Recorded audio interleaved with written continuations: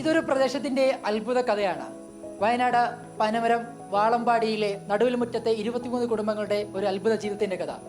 ഈ പ്രദേശത്തുകാർക്ക് ഒരുപാട് പ്രത്യേകതയുണ്ട്. അതിൽ പ്രധാനം ഇവിടെ ജീവിച്ച് മരിക്കുന്നവർക്ക് എല്ലാവർക്കും ഏകദേശം ഒരു 100 വയസ്സ് പിന്നിട്ടുണ്ട് എന്നുള്ളതാണ് പ്രധാനപ്പെട്ട കാര്യം.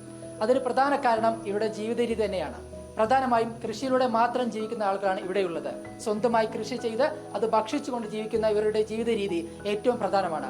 അത് അവർക്ക് ആയുർദൈർഘ്യം കൂട്ടാൻ സഹായിക്കുന്നെന്നാണ് ഇവിടുത്തുകാരടക്കം പറയുന്നത്. പണ്ട് മുതൽ ഇതന്നെ കൃഷി, നാട്ടിൽ നടല്, പൊരിക്കല്, ഇതെല്ലാം ഞങ്ങൾ പണ്ടേ ചെയ്തു വന്നതാണ്. ഇന്നാണ് ടില്ലർ കൊണ്ട് പൂട്ടുന്നത്. അന്ന് ഏറ് കെട്ടണം, അങ്ങനെയാണ് പണിയെടുത്ത് വന്നത്. ഇഞ്ചി, വാഴ ഇതൊക്കെ ഉണ്ടാക്കി ഞങ്ങൾ ഇവിടെ തന്നെ, പുറത്തേക്കൊന്നും പോകില്ല. ഈ കുടുംബത്തിൽ ഞങ്ങൾ 100-150 പേരടങ്ങുന്ന ഒരു കുടുംബമായിരുന്നു.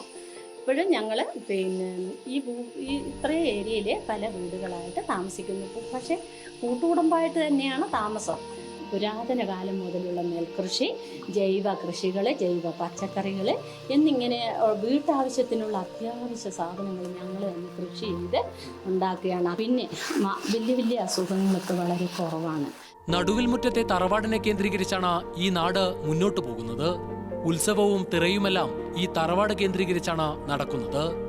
ഈ നാട് ഭക്ഷണത്തിൽ സ്വയം പര്യാപ്തത കൈവരിച്ചതും ഈ തറവാടിന്റെ പ്രവർത്തനങ്ങളിലൂടെയാണ്.